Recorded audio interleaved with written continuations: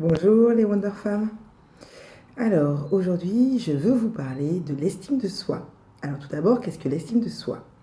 L'estime de soi, c'est l'évaluation entre notre nous actuel et notre nous idéal. Et l'estime de soi, il faut savoir qu'elle est composée de 3 éléments. La confiance en soi, qui est le fait de se sentir capable de faire quelque chose. L'image de soi, c'est ce que nous pensons de nous-mêmes. Et l'amour de soi, c'est les sentiments que nous avons envers nous-mêmes, comme la joie, la peur, la tristesse, la colère. Et donc, ce qu'il faut également savoir, c'est que l'estime de soi, elle fluctue dans le temps.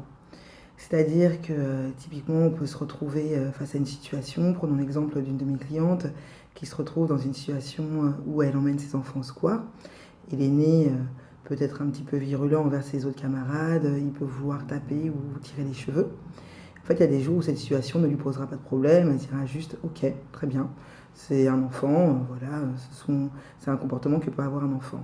Et d'autres jours où vraiment, non, en fait, cette situation va lui être problématique et elle va se remettre en question, elle va remettre en question ses compétences en tant que maman, le regard des autres, elle va se sentir jugée, le regard des autres va être pesant. Donc l'estime de soi, elle va fluctuer selon les différents pans de notre vie. Et les personnes que j'accompagne, les femmes, en fait, généralement ont une bonne estime d'elles-mêmes ou une forte estime d'elles-mêmes d'un point de vue professionnel, mais par contre, d'un point de vue personnel, là, ça peut pêcher. Et l'objectif, lors d'un accompagnement que je propose, sera de garder, en fait, une estime de soi haute et stable. Et alors, il faut savoir que pour cela, il existe différentes clés. Donc des clés, effectivement, qui vont nourrir notre estime de soi. Et les clés sont tout d'abord se connaître, s'accepter, être honnête avec soi-même, agir. Oui, parce qu'en fait, le fait d'agir permet d'augmenter son estime de soi. Par exemple, c'est bien de se donner des petits challenges, des petits objectifs pour commencer.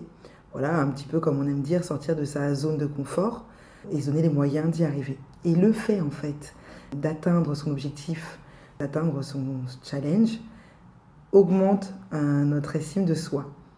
Et donc, en gros, c'est pour ça qu'on dit que le fait d'agir augmente l'estime de soi. Accepter l'échec. Et pour cela, tout dépend de la façon dont on appréhende cet échec. Comment on l'analyse, comment on le vit.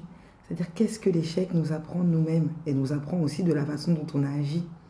Qu'est-ce qu'on va changer pour finalement y arriver. N'oublions pas l'objectif, c'est de l'atteindre justement. Les échecs, on en aura toute notre vie, mais vraiment, tout dépend de la façon dont on va se comporter, comment on va l'accepter, en fait, cet échec. Et pour ça, vraiment, il faut travailler dessus. Et pour travailler, en fait, dessus, c'est se questionner, c'est qu'est-ce que cet échec m'apprend, comment je peux faire les choses différemment pour ne plus le revivre, qu'est-ce que je vais mettre en place de différent pour ne pas revivre la même situation. Et une dernière clé sur laquelle on peut travailler pour maintenir une estime de soi haute et stable, c'est l'empathie. L'empathie envers les autres et l'empathie avec soi-même. Voilà. Est-ce qu'il y a des situations qui te posent problème, pour lesquelles tu penses que l'estime que tu as de toi-même n'est pas suffisamment haute? Si oui, n'hésite pas à te faire accompagner. Et ce qui serait intéressant, c'est de me dire, est-ce que tu connaissais ces clés? Est-ce que c'est quelque chose que tu utilises déjà? Si oui, est-ce que ça t'aide? Et sinon, est-ce que tu penses les mettre en place? N'hésite pas à me partager tes commentaires.